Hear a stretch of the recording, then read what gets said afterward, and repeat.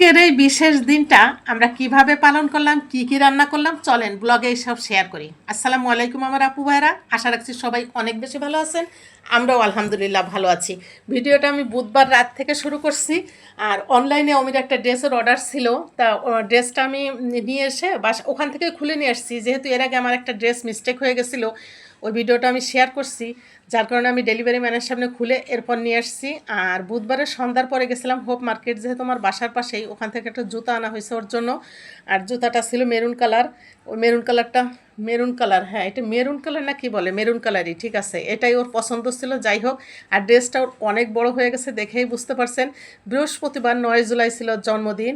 তা ও হচ্ছে ফ্রেন্ডদের নিয়ে কলেজে খাবে, ফ্রেন্ডরা ধরছে যে তাদের খাওয়াইতে হবে, তা ওকে টাকা দিয়ে দেওয়া হয়েছিল।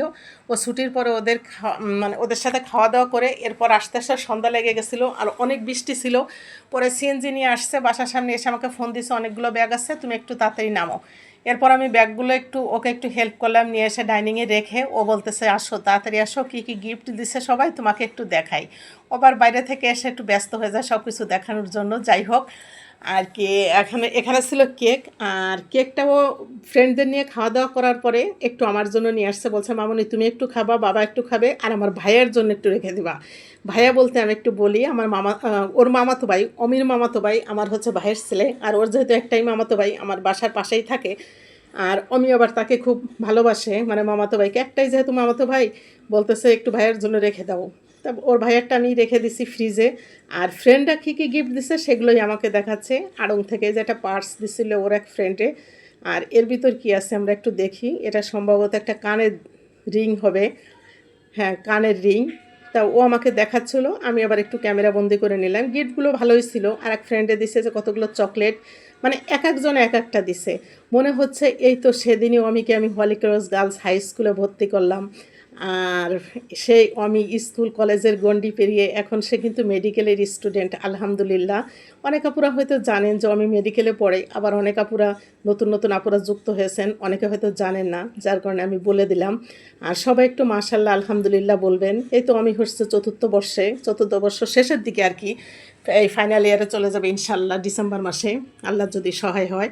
আর এদিকে হচ্ছে এই ব্যান্ডটা আমার কাছে এত ভালো লাগছিল, আমি বলতেছি আমি এই ব্যান্ডটা খুব সুন্দর, বলতেছে মামনি তুমি এটা নিয়ে নাও। আমি বলছি না আমার লাগবে না, আমি তো কাঁকড়া ব্যান্ড ব্যবহার করি, তোমারটা তুমিই ব্যবহার করো, ভালো লাগছে তাই বললাম, মানে আমার কাছে খুব ভালো লাগছে।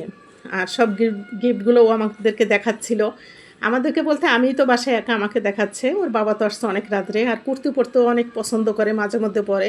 ওর এক ফ্রেন্ডে কুর্তিও দিছে। আর এটা ছিল আজকের সকালের ভিডিও। বাসায় শসা ছিল না, যেহেতু পোলাও মাংস রান্না করব, তা আপনাদের বাসায় শসা এনে দিল আর পটল এনে দিল। আর পটলটা তো লাগেই বাসায়, যেহেতু এই যে পোলাও রান্না করলে পটল, মিষ্টি কুমড়া ভাজি এ জাতীয়, মানে ভাজি জাতীয় যে কোনো জিনিস আপনাদের ভাইয়া অনেক পছন্দ করে পোলাওর সাথে, এর জন্য বললাম পটলটা এনে দাও। তা পটলটা এনে দিলে এরপর আমি হচ্ছে রান্না করে নিলাম। এখানে বেশ ভালোই অনেকগুলো পোলাও রান্না করা হয়েছে, হয়তো দেখেই বুঝতে পারছেন। এটা কিন্তু ক্যামেরায় কতটুকু বোঝা যাচ্ছে আমি জানি না, অনেক বড় পাতিল।